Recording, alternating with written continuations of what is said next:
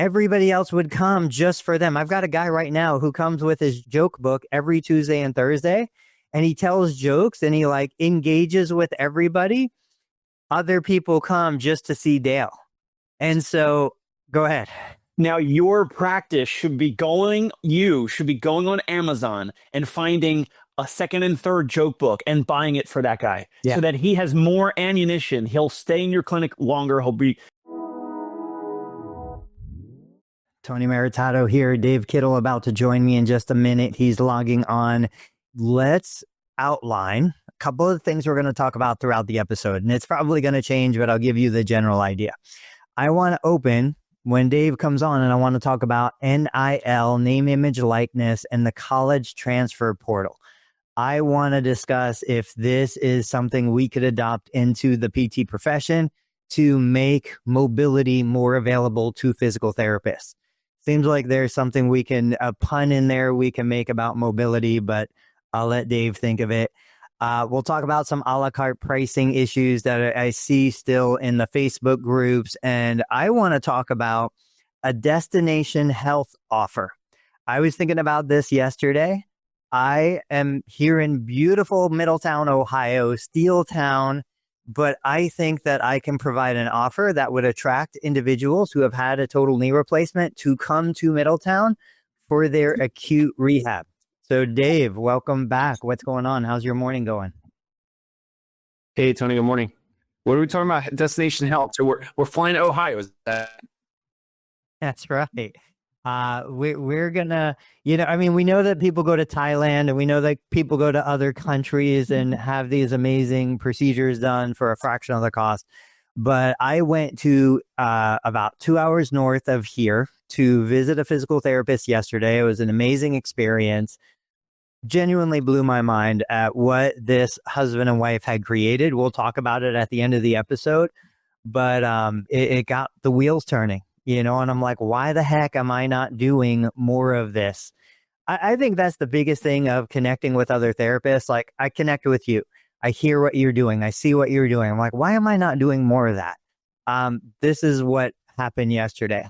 But you had said you had thoughts about NIL, and we didn't even discuss the transfer portal. Let's open with that. What are you thinking? Explain to the audience what NIL is if they don't understand it already. Name, image, and likeness. Historically, athletes could not make any money at all. They could not have sponsorships, could not be paid by Nike. They obviously could not be paid by schools with recruiting, even though that still happens, like bags of money dropped off. And there's many, Blue Chips was like an old movie. Nick Nolte and Shaquille O'Neal was in the movie. That was what typically happens behind the scenes. But now it's like a whole new opportunity for college athletes, and they're getting contracts signed. They're having agents earlier, and money, hundreds of thousands of dollars, and in the top tier, sometimes a couple million, which is wild, including, I think, Peyton Manning and Eli Manning's nephew, Arch Manning, who is the backup quarterback at Texas. And so anyway, all of these athletes have the availability or the ability to have income and do different gigs, whether it's signing autographs, it's showing up to events. And we're kind of teasing this. And if there's anything else, I want you to fill in the gaps. But I know you mentioned this before. You like, hey, can't this be, online? How can we potentially have physical therapy be like the local celebrities and have some of this NIL money directed, not directed at the physical therapist, but like creating our own lane or avenue, like with that type of a business model, right? Yeah, absolutely. And just side note, you're pretty choppy. You're pretty grainy. I don't know if you want to try and switch over to your phone. Like, that was awesome the other day. But I pulled up an article in the background. The viewers can't see it because I wanted real numbers. And so this is saying Alabama quarterback Bryce Young took home an estimated $1 million from NIL money. They were talking about gymnasts that were making tons of money. They have 3.9 million Instagram followers, 7 million TikTok followers. Auburn gymnast Suni Lee, which I'm sure everybody knows from the Olympics, 1.5 million. There was a story, and I was doing this research yesterday, that EA Sports had created, a college football game, and they were using image, name, likeness, but they couldn't even pay the athletes, so they stopped doing it. But now this just kind of blew everything open. Now, of course, there are detractors who say this is killing college sports. It's the worst thing that could happen. But this, in conjunction with the portal, the transfer portal. Now, I've been researching it and I don't totally understand it, but to the best of my knowledge, a college athlete could put his or her name into the portal and transfer schools. I don't think you're doing this like mid-season. I don't think you're doing this mid-year, but I've heard coaches come on and say they're quitting, college sports because they'll finish a season and immediately the student will say they put their name in the portal and they're leaving for a new school next year. They're saying that they can't develop talent. They're saying that they can't, have continuity. They can't build a team culture. This is all exactly the same stuff that practice owners, me included, are saying about physical therapists. They're like, I can't invest that much money into building a physical therapist reputation because if I do, they're going to leave. And so we're seeing that's 1,000% better. We're seeing this play out in college sports with big budgets. I think something like this would be great in our profession. We have some sort of transfer portal. Maybe there's a 4-week, 6-week window, but make it easier for staff clinicians to move, to relocate, to take other jobs. Remove the stigma of thinking, why does this person have to stay in an environment for a certain amount of time? Like, let's grease those wheels a little bit. I think it'll improve everything. What do you think about something like that? I love it. I mean, I want to be the Deion Sanders of physical therapy practice owners. I want to attract the best talent. I want y'all to transfer over to my company. And I can show you some numbers behind the scenes. Not even behind the scenes. Like I've talked about it publicly here about, the income opportunity and, the support and the onboarding and the coaching that my therapists get. And I do a ton of that over phone calls, text messages, Zoom calls, in person, taking my therapist out to lunch and coffees and drinks and beers and steakhouse, if they like that, whatever they like. So I love it. And I think owners like me will or could benefit more by that because we're, investing or we're focusing on the, like the employee's experience, like in the actual job and the job role and all that. And the patient client experience, where, for example, we attract a ton of like motivated clientele as opposed to other companies where like the therapist goes in and like the patient is like cursing at them saying like, I didn't ask for this physical therapy. Why are you in my home? Like, get out of here, all that. So anyway, I'm curious, like I want to, riff on it more with you and get into it because like, I think owners like me would benefit for sure. Yeah, so I was thinking about this and I was like, obviously there's millions of marketplaces out there. Like it's something that is already available.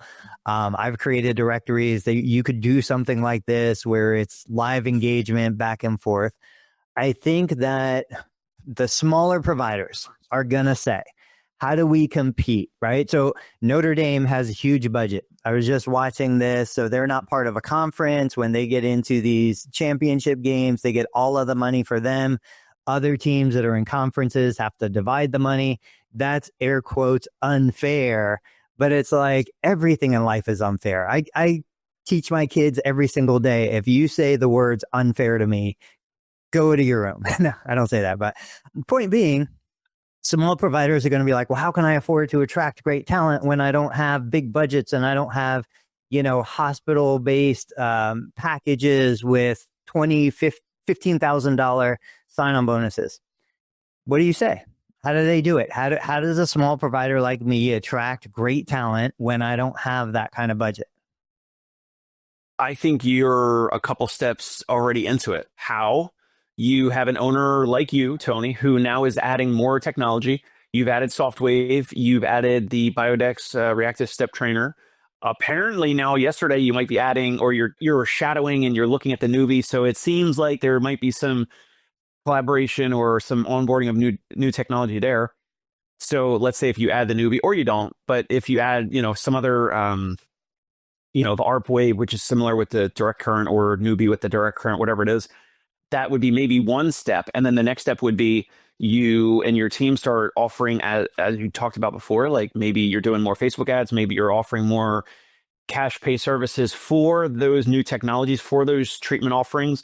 Now you're going to be potentially, hopefully, attracting and reaching new consumers, new residents in the Ohio area that never came to your practice before. You know that they're out there. You said it on a previous show that they're there, they're nearby.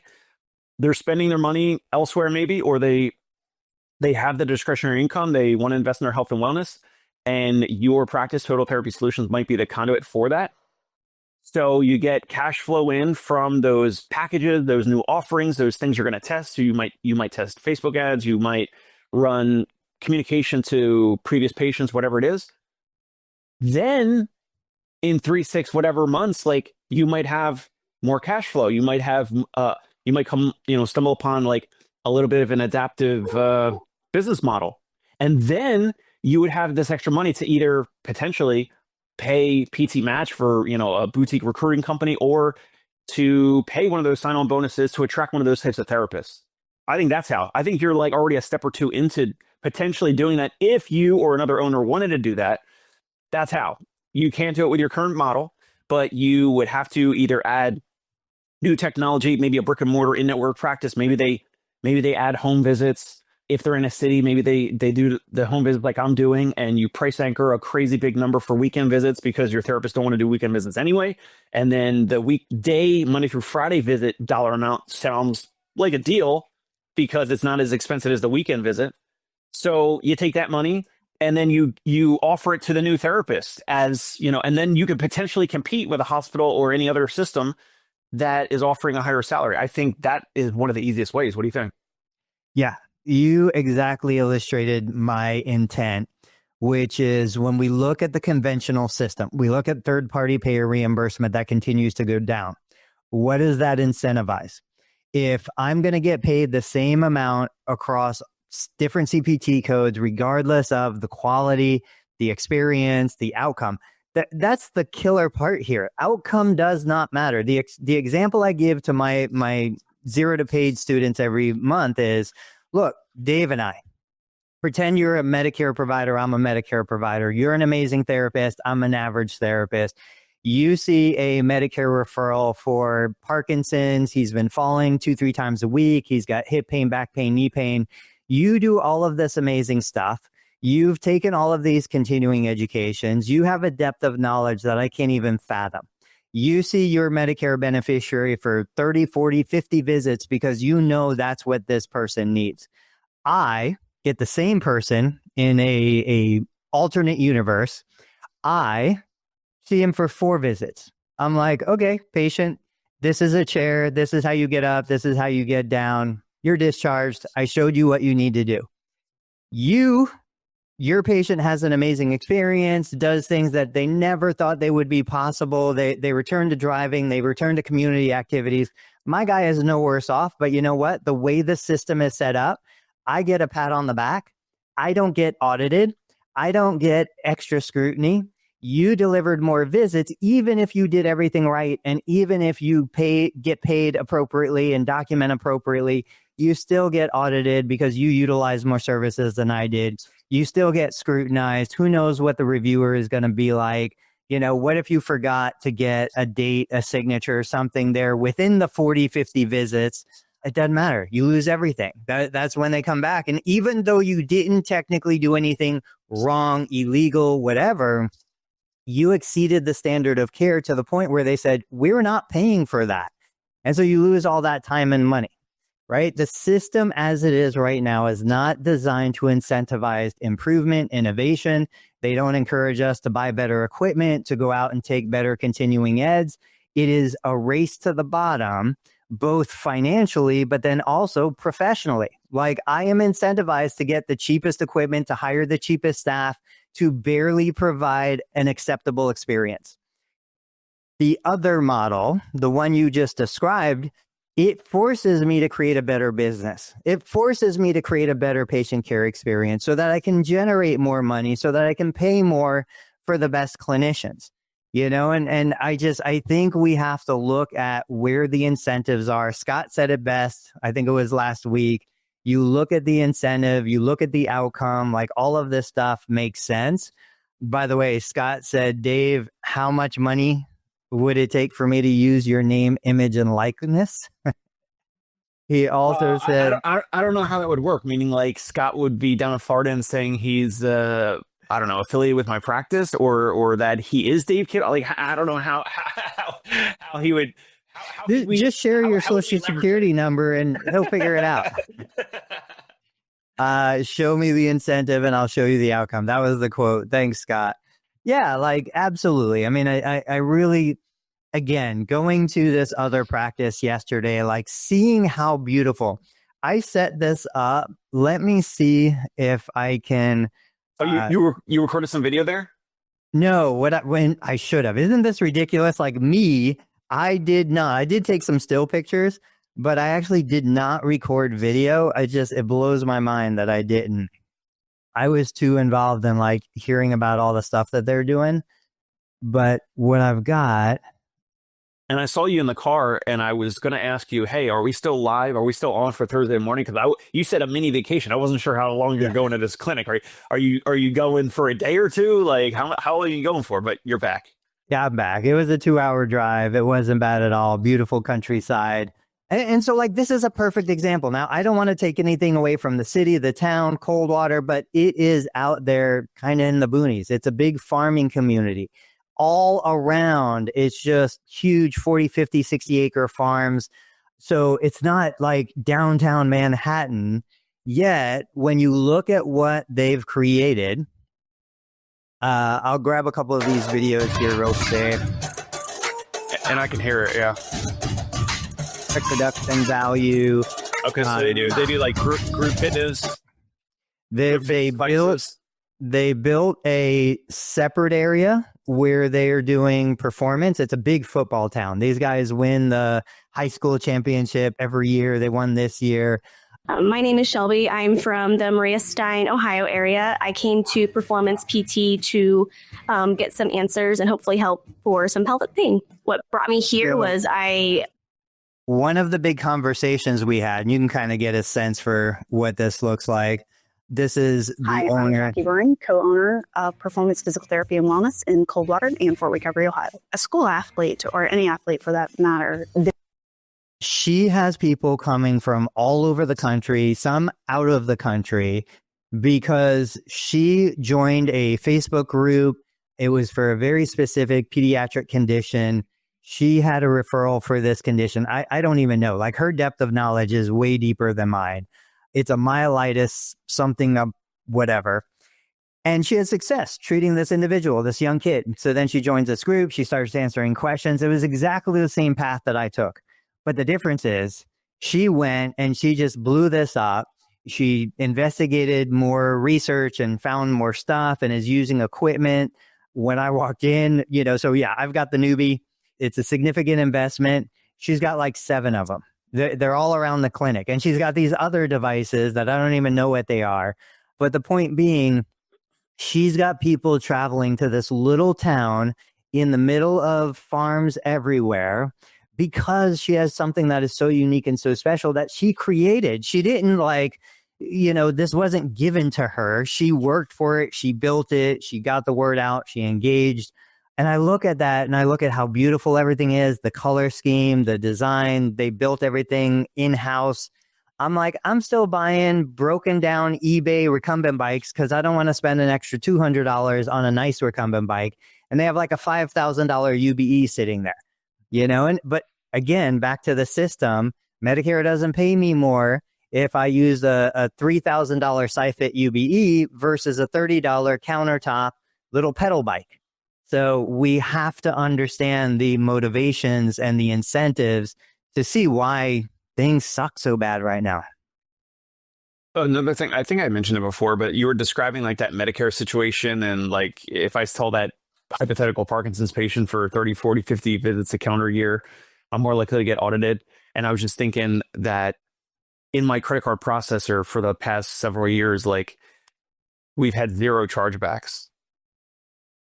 Zero. Yeah. Of course, eventually we're going to have one. It's like, numbers, and volume based, like eventually, it's going to happen or whatever. But we've never had a chargeback because once the person, I don't know, in my opinion, you could break it down how you want, but like once the patient or client, the family, whoever, like we communicate the dollar amount up front, we say there's no, surprise medical bills coming later. There's no other.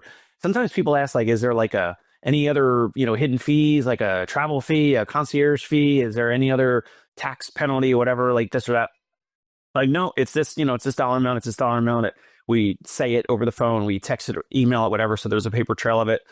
And we don't have any bad Google reviews about, surprise billing or anything like that. And we don't have any chargebacks. And so, yeah, we are consumer focused, and they know exactly, like they know what they're getting, if not delighted more so with like how it is over time.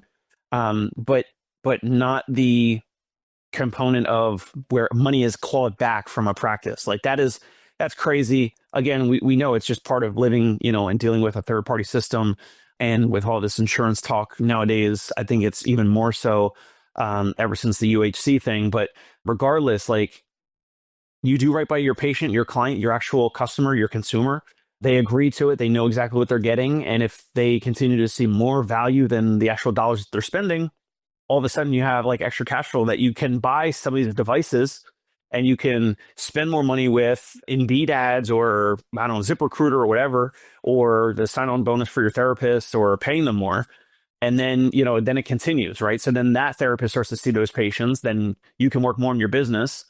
Then you have more cash flow. You keep doing that. Then you have extra cash flow. You do the same thing with the next therapist and the next therapist, right? So like it's not easy, especially because we're all kind of indoctrinated into like, units and insurance and prior authorizations and all that type of stuff. But it's totally possible.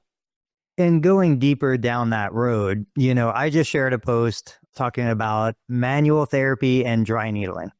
And so I had forgotten this was even an issue, but then I saw in one of the groups that somebody had posted, well, my boss said you bill manual therapy code for dry needling. And I'm like, no, that doesn't work. Like you can't bill therapeutic exercise for neurosurgery. It's just, these are different things. So dry needling has its own CPT code. You cannot bill a different CPT code just because the other one is covered and dry needling is not. And so this opened the door as a reminder to say, hey, we do a lot of ridiculous things in this profession. I'm happy to talk about some of them, this being one of them. And I said, you can't bill 97140 and deliver, I don't know it off the top of my head, the dry needling service. Plus, dry needling should be a self-pay service. It is specifically not covered when delivered by a PTOT or SLP. So why are you giving this away for free? And now this opens the door to the conversation for practices like me. How do we draw the line? I remember, so I started in 2002. I remember back then talking to therapists who had been in it since the early 80s. And they're like, oh yeah, we would schedule 80 patients a day per therapist. You would just go around, hot pack, cold pack, e-stim, and then you do a little bit of exercise. And you were making $300-400 a session. Well, when we're making $300-400 a session, we could give away a little TheraBand. We could give away an extra battery. We could give away this stuff, But if we learned anything from airlines, we realized that as price got compressed, airlines started charging for everything, snacks and luggage and drinks. We either take your direction and we say, I'm not going to nickel and dime. I'm going to be a premium service. I'm going to charge one rate and it's going to include everything that I want to do. And I'm not going to worry about if I give somebody something because I'm back in that $200, $300, $400 window that I can afford to give somebody something. Or we're going to stay in the insurance world, serving the community that is only coming because insurance covers. And I'm going to basically a la carte them. I'm going to say, look, insurance covers manual therapy, but it doesn't cover this lotion. If you want me to use lotion, it's an extra 25 cents. If you want to take this TheraBand home with you today, it's an extra $1. If you want, every single little thing. Now, I'm exaggerating to show the point, but I still see a lot of therapists who are like paying the money. And we had this conversation yesterday. You bought a $3,000 UBE because it's that important to you. You want your patient to have such an amazing experience in your insurance-based practice that you're willing to take money out of your own bank account to fund the bill. And I've said this 100 times. If therapists really treated their business like a business, there is no way we would be delivering services for the amount of revenue we deliver service for. We would realize how much of our own money we're putting out there for patients to receive the service that we want them to receive. It's real quick. It's the equivalent to me telling a builder, hey, I just want you to build a shed in the backyard, and they build me a second house, but they do it out of their own pocket, and I only pay them $700 for a shed. It's never going to happen anywhere else. What do you think? Yeah. I mean, I don't know, like owners, I mean, I get it, but owners that are watching or listening, if they're in network, right? Like, I don't know, some of them might be able to change direction. And what do you think? Like some can't be saved. Some like just truly will say, people are not going to pay out of pocket for physical therapy, or they don't really say it, but online, they'll say it that they won't pay for physical therapy. But the fact is they might have a mindset, like a belief of, you'd have to, dispel that belief externally, which probably won't ever happen. But we see, listen, you see it anywhere, even in Ohio, like there's women, there's people that pay a lot of money for like haircuts and a blowout and a perm. We talked 2 days ago, we talked about like the dry bar, right? Didn't we talk about that? Yeah. So there's people are spenders. I mean, look, Amazon has higher revenue every single year, and Walmart has higher revenue every single year. How is that possible? People spend money. People complain sometimes about the cost of, gas or eggs or milk or whatever. People still spend money though. And that's in every community, even in low socioeconomic communities. And, the prices go up. They don't go down. So I'm looking right now, Amazon Price membership. I don't even know. This is everybody loves to ask this question. How much do you pay for Amazon Prime? Nobody knows what they pay, but nobody wants to get rid of it. It's $14.99 a month, or if you buy annually, it's $139. I remember when it was under 100. I think it was 79 when we probably first signed up, but everything goes up. We're raising rent on the providers in our building because we're paying more in property tax and more for utilities and more for other stuff. Everything in the world gets more expensive, yet we continue to operate in an environment where we're getting paid less. So if you can't raise prices in network third-party payer reimbursement, you start to slice out shrinkflation. You start to slice out the things that you're not getting paid for. I'm not getting paid for my client to use expensive equipment. If they want to use the expensive equipment, it's a technology fee that you charge and make available, an access membership, whatever you want to call it. I do think we're going to see more of that. I'm working hard to try and decipher, like that was a legitimate statement I made. I was thinking about this. I don't know because I never bill it. So if you look at the passive modality codes, you look at something like eSTIM, even though some payers still pay for it, it's like, does that reimbursement cover the cost of the pads? If it does it cover the cost of a basic pad or a premium pad? Because if I can source a premium pad that is better than a basic pad, and my client's willing to pay for it because it's infused with lavender and it makes them heal faster, I'm going to make that available, and so I know when we were looking at my son's radial fracture, like he could get the regular plaster cast, but we didn't want that. We wanted a removable cast. So we paid extra to get a removable cast. We had the option though, and that's the thing. I think we're so stuck in the mindset of not even mentioning it, just giving it away for free. And I'm there, but I can't be there anymore because I can't afford to be there anymore. Yeah. So are you gonna hint at any potential offers coming down the pike for your Ohio residents around some of these out of pocket services, whether it's SoftWave, the Biodex, or any, I think we talked about it briefly. I don't know if you want to go into it, but like, Yeah, I'm already doing $100 to $300 a month if somebody wants to come in specifically to use the Biodex Reactive Step Trainer. That's the treadmill with the overhead harness that has the slip and trip functionality to it. So you have anyone that you pitch that to, have they tried it already for free, or have they watched a video, or have they tried it themselves in person? Like, who have you offered that to? Yeah, so usually what happens, and this is where, to me, I get super excited. This is where we get to build the business system and the experience. Real quick, a side note. So I was listening, I always listen to YouTube podcasts on the way there, on the way back yesterday. I was listening to Alex Hermosi, and he was talking about getting Google reviews. And I was thinking, you and I, we've talked about this before, but one of the things he was saying was, you leverage reciprocity. So you're a restaurant, the server comes over. On the low end, the server gives them a couple mints. On the high end, maybe the server gives them a dessert. And he said, it's way more effective if the server gives the dessert unexpectedly, but then the manager comes over and says, if you basically do this Google review, then your server will get an extra $10 bonus. It's a program we're running. So sorry, my dog's back there and I can't get It's up. all right. So like looking at that, so maybe you get, the server to say, hey, here's a couple extra mints, give us a Google review. But it's more effective if the manager comes over and says, hey, the server gets rewarded if you give us a Google review.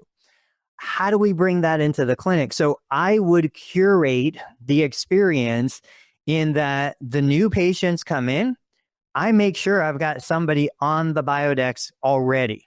I've got somebody using it. I've got somebody who loves it. I've got somebody talking about it already. And so I'm not hard selling that new patient, but when that new patient asks about it, I say, yeah, it's an amazing tool. We have a dedicated program for it. It's $100 or $300, depending on how much assistance the person using it needs. But basically, it's not covered by insurance, but it has been incredible. And so I'm not hard selling. I'm not convincing. The patient sees it and gets excited and says, that's exactly what I need. They're now coming to me saying, I want that. But I've curated that whole scene in the background so that the client sees it. And that's where the social media videos come in for the patients who aren't in my clinic. But for decades, I would always have in a theater, you plant someone in the audience who's going to cheer and clap like crazy because it makes everybody else cheer and clap more. That was the original inspiration for what we used to call the wellness program. Was I would cherry pick the best, funniest, most enjoyable people, and I would keep them in my clinic because they would make everybody else do better. Everybody else would come just for them. I've got a guy right now who comes with his joke book every Tuesday and Thursday, and he tells jokes and he engages with everybody. Other people come just to see Dale. And so go ahead. Now your practice should be going on Amazon and finding a second and third joke book and buying it for that guy so that he has more ammunition. He'll stay in your clinic longer. He'll be bringing the second one. Once he goes through the first one, he's like, eventually I can't be reading these, 2-3 times to the same people. Right. So if you guys offer, hey, just a gift, he's going to fall off a chair. You give him a gift like that. And it also incentivizes him to continue to come back and provide that good nature in your clinic. You're totally right. I should have. He actually did buy his own different joke book because he got sick of the jokes that he was telling. But you are 100% right. So yeah, we've got the SoftWave, we've got the treadmill, we've got the newbie. We're building these experiences. We're charging self-pay services for them. But even something like that, even you take something like the newbie, which is a direct current eSTIM device. I'm still learning exactly how it works, so I can't speak intelligently about it. but you've got Joe Rogan who used it. So I'm grabbing clips of Joe Rogan's podcast and incorporating it with a green screen into my marketing. And it's things that people see that improve the buy-in. Whether, you can have the clinical discussion of, is it placebo? Is it beneficial? Is there clinical research? Look, if patients are coming to me for clinical research, that's a different conversation. Patients are not. They're coming to me to feel better. And if I can deliver an experience that makes them feel better, function better, move better, do the things they need to do, that's what they're coming to me for. And as soon as I step out of every single little thing I do, having to qualify for insurance reimbursement, now I truly can deliver an experience that makes them move better, feel better, live better. So that's where I'm going with all this. Amen. Love it. Let me see. I had another topic that I said we would talk about. We had, the destination. You and I talked about, go ahead. So you mentioned that at the top of the show. Yeah. I don't know if you recall specific. You said something specific. You said a destination for a cheaper price. I don't understand why you would associate that a cheaper price. And the example is we've talked about it a couple times, and I had the episode of my show, that Spiro Clinic down in Arkansas, and they help their patients create GoFundMe campaigns because their treatment program is 7 or 8 weeks long, almost daily. It's like a full-time job, and it's like $42,000 or something. You can go on the Dave Kittle show and look up. I forget what else. Spiro Clinic. What else was in the headline? But why would a destination therapeutic experience in Middletown, Ohio? Why did you say cheaper? Like, what you just? I feel like sometimes you're too nice. You just default to like less resistance, or I don't know what it is. Like, because you could offer something that is premium, and people would come. And if they don't, like, who cares? Like, right? Like, but the other example of the other clinic that you just visited, there was some other things that happened. Then all of a sudden, like you said, people were flying in from other states and other countries.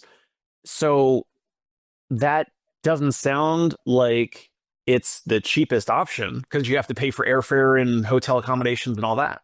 So I think you heard what you expected me to say, not what I was actually saying. And you're right. Most of the time, I'm trying to deliver more value in a cheaper service. In the top of the show, I talked about going to another country, having a knee replacement done in India or Thailand. My bad. Yeah. And it was a much less, out-of-pocket cost than having it done in the U.S. I'm not saying that's what I want to do. What I'm saying was the inspiration I got yesterday was I've got a total knee replacement support group with 15,000 members. I've got my total knee channel on YouTube, which is averaging like 6 to 8 million views a year. Why do I not have a program established, even if, to your point, I never have a client that does it, just for social proof, just for the fact that, hey, I'm going to put it out there, where somebody has consumed so much of my content, which so many people do. It's just crazy how they binge watch everything. And I focus on a demographic, a subset. So to me, there are enough people out there who had a knee replacement. It's been 3 months to 2 years. They still have pain. They still have swelling. They use the words to describe a vice-like grip around their knee. They say that they've been to the surgeon x-rayed their knee and their prosthesis and implant and everything looks perfect, but they know there's something wrong. These are very key words that this population is using constantly. Why don't I, just like I'm doing with the continuing ed event, we've got a hotel, beautiful hotel right down the road. We're a mile off of I-75, so easy access. Why don't I just create an intensive boot camp where either post-surgical or post-MUA, you fly in, you drive in, you get in the hotel, you come to my clinic 2 weeks every single day. We handle room and board. We address, food and delivery, and we do the Uber Eats, and we have transportation that takes you from the hotel to my clinic if you don't have somebody with you already.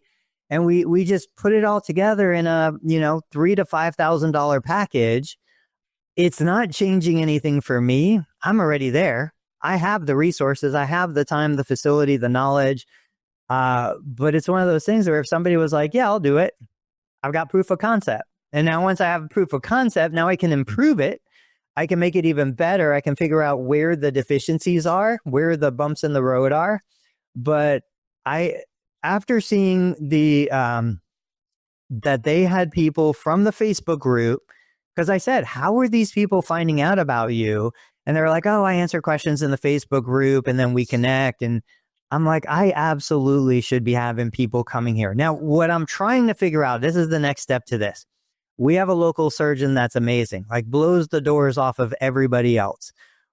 What if I went to him and I said, hey, I can attract people to come here to even have their surgery done here. Maybe they don't like the surgeons that they have available where they are.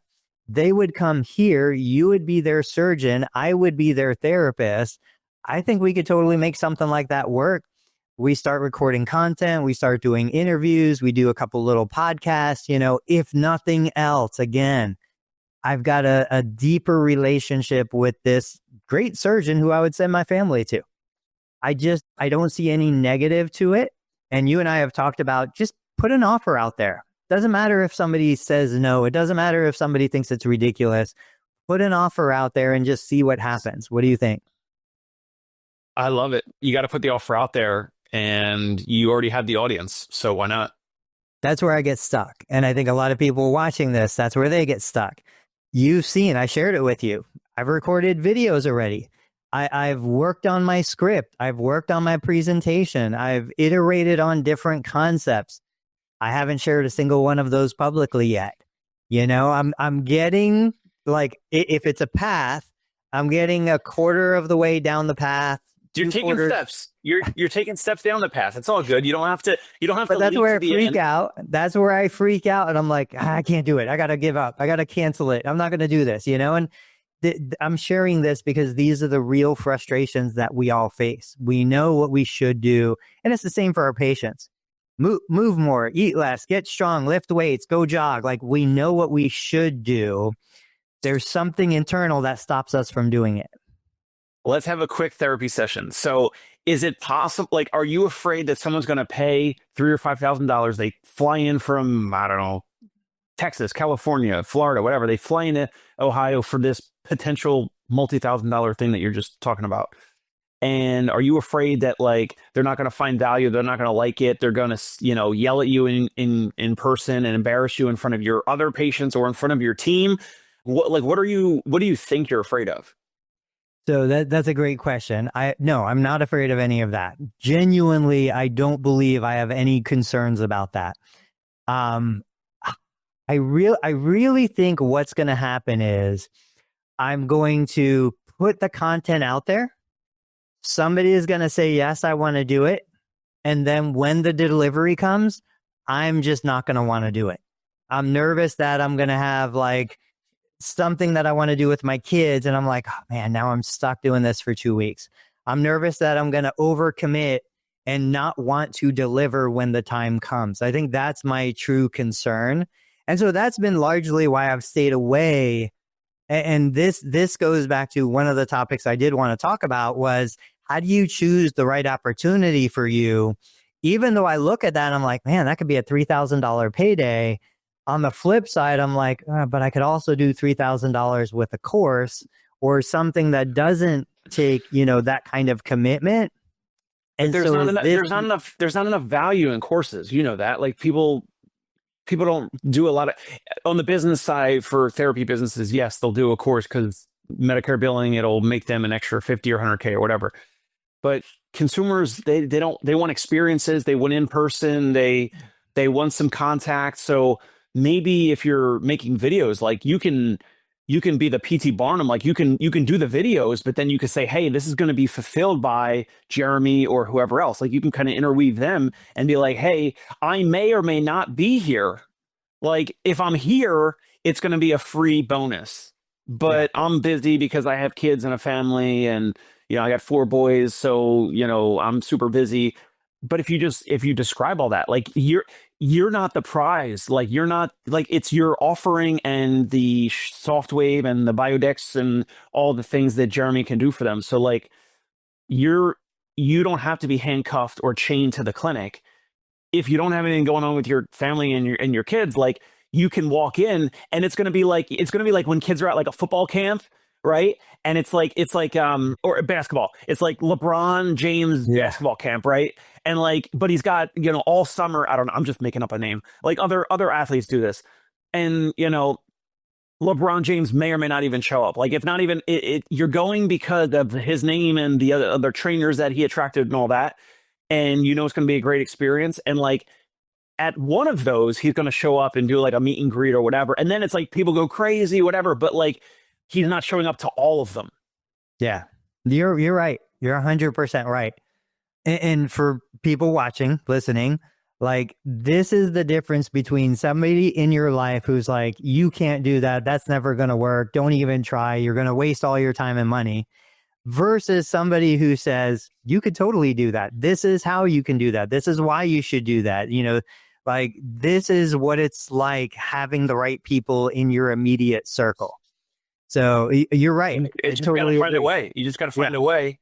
And that way you're not chained to your clinic. And then if you really like that person, or you're like, oh my gosh, this person flew up from, Sarasota, whatever. I used to live down there or whatever. You can drop by, you can say hello. Maybe you do some of the treatments, whatever. And then you can dip out, you can leave whenever you want, because you're not the one, like you're promoting it, but you're not the one fulfilling it. Yeah. And Jeremy would be amazing at something like this. He has the time, he has the interest in doing it. Real quick, Scott said destination, great idea for acute post-op patients. I always wanted to do something like this. Put a clinic inside a fancy hotel, or how about a PT cruise? Yeah, I mean, so we've not done that specifically, but our therapists have gone to a lot of and I've been in some of the bigger hotels in Manhattan over the years where someone finds it on Google, or one of the bbig surgeons refers a patient to us, and we have patients that fly in from other states, other countries. I've had any time, it's like 2 or 3 weeks at a time, and then they fly home after like a knee procedure or something. Patients from Saudi Arabia, from one of the Caribbean countries, Oklahoma, like just random places, random states, random countries, where someone comes and they're in New York City for 2, 3, 4 weeks after like a knee surgery or something of a procedure. And we've been in the Surrey Hotel, the Mark Hotel. One of my therapists last year went to in Midtown. There's like like Richard Branson, like Virgin Hotel. There's some Virgin Hotel, whatever. So, and that family was from like Germany or something. So we haven't done what Scott said about putting a clinic in the fancy hotels, but we've delivered our service in fancy hotels. I shared this picture on LinkedIn. There's a bankrupt construction project. They were building a hotel. It was a Hyatt of some kind. That project went defunct, but now the city is refunding it. They're making a $16 million loan available to the company, and they're putting a physical therapy outpatient rehab facility in the ground floor of this Hyatt. Same thing. Like I was thinking the other day, I don't know if I shared this idea. A lot of people got into buying residential real estate, turning it into Airbnbs. Well, I don't do Airbnb, but I know the platform changed, the algorithm changed, I know regulations changed, and a lot of these people are stuck with these homes and they don't know what to do. I can totally see a situation where a personal residence kind of / Airbnb for medically involved individuals, whether it be somebody who's had surgery, even in the same town. They go to their surgery. They don't want to go back home because their husband can't take care of them, but they're not appropriate for skilled nursing or anything like that. They go to an Airbnb owned by a physical therapist who then can provide on-site services and ancillary care and everything like that. I was thinking about short-term stays in a personal residence for geriatrics who can't stay by themselves at home. They can't travel with their adult children, but they don't want their kids not to go on vacation. So if, you had your baby, your wife, and you want to go away, but you have a ailing parent, they go into this Airbnb where it's a physical therapist owned and operated, or OT or SLP. And it's a, short-term stay, 3 days, 5 days, but it's 24/7. And so these are individuals that would still be generally independent, bathroom, grooming, bathing, generally independent. They just need somebody around. They just need a little layer of protection, and if something should happen. I think those are interesting opportunities that we'll see getting more popular, because I've heard more therapists talking about doing something like that. Have you seen anything like that? Not that exactly, no. Scott also said, and funny you brought this up, Scott, a cheap $200 walking pad with a worn out belt also has a trip and slip feature built in, no harness. So I was on the phone yesterday with Biodex, and we were talking about the reactive step trainer, and they have a new vice president of marketing. So the original guy I connected with has been retired now, and the new guy coming in. This guy is interesting. He has a background in pharmaceuticals. I'm going to say sales. He was involved with hyaluronic acid and talking to orthopedic surgeons and doing the injections and all that kind of stuff. So I said, man, you and I have a big history with my knee replacement population and your history. But one of the conversations we had was exactly what Scott brings up. I'm like, look, there's a time and a place to just use a gait belt and push your patient, right? And then level 2 is you have an actual, there's a thing that looks like at Home Depot, there are these flatbeds that have wheels and a handle, and my kids get on it all the time and they pretend like they're surfing. That is a slip and trip function, absolutely. But as you continue to step up, as you continue to improve and elevate, that's when then you make the change to, okay, I'm going to invest in this $30,000 treadmill, and I'm going to invest in real professional technology. The guy, me, who's buying a broken down $250 recumbent bike is not the guy who's going to buy the $2,500 recumbent bike or the $5,000 recumbent bike. It's a different audience, just like our patients are different audiences. But to Scott's point, yeah, you could do this stuff with nothing, but it's also a different experience when you have something that nobody else has. And right now, nobody else has the technology that I have. But if I keep it a secret, if I don't charge for it, if I give it all away for free, who cares? I might as well go back to the piece of silk on the ground and just pull it. Exactly. And also, Scott, I'm going to reach out to Scott. We've never spoken, but I think I have a client heading down your way, so I want to potentially refer them to you because I think you're in the South Florida area. So I'll reach out to you, Scott. And also, Scott, thank you for joining here live and commenting and engaging and all that. Yeah, but Tony, you're already several steps down this path. You've been putting out videos of all these technologies, all these treatment options, and you're, I believe, moving in the right direction. I'm going to give my parting shot. So think about yours and we'll wrap the show. I really think the thing that motivates me more, that makes me want to do this stuff more, is not the money on the patient side. It's not the time with the patient interaction. It's, I want to do this so that I could show other people how it's done. So I can show other people that it's doable. Even though I don't want to really do it. I don't need to do it. I don't want to do it. That's not where the bulk of my income is going to come. But I think the motivating factor when I'm listening to you and everything you're saying, and I'm like, why am I not just doing it? The thing that'll push me over the edge to just do it is the fact that I know other people, other therapists will do it better once they see me doing it at all. And so that's probably what's going to make me say, okay, I'm going to do it one time. Let's do it one time and let's see what happens, just so other therapists can see, improve, reiterate, and get it done. What's your parting shot? Oh, man. Parting shot is the same theme around offering potential out-of-pocket services. It could just be your plain Jane, one-on-one therapy visit. It could be using technology like Tony's using. But that offering the self-pay or direct pay options to your patients or clients, worst case scenario is they say no. You need to get over that. You need to get over the rejection. You need to, get some thicker skin maybe and all that. But I would say I disagree with what you're just saying about your parting shot, that you want to show others And that's where you would benefit. Like for me, like I want the freedom. I want choices. So when I give you that suggestion of like, hey, Tony, you could be like the PT Barnum, do the promotion, but not doing the fulfillment, because that's what I like to do. Like I'm doing the marketing, I'm doing some of the new patient callbacks and speaking with new patients and clients and getting them kind of set up and managing expectations and all that. But then I'm not fulfilling the therapy services. I can be home with Davey Jr. I don't want to go out and treat patients regardless of the temperature, especially like right now it's 24 degrees, but even if it's like 64 or 74 degrees, I had enough of the running around and traveling and all that. So I give that suggestion to you because that's where I feel like that's what I'm focused on, which is having more of the freedom and choices. And it's hard to have the freedom and choices without the cash and the cushion to do so.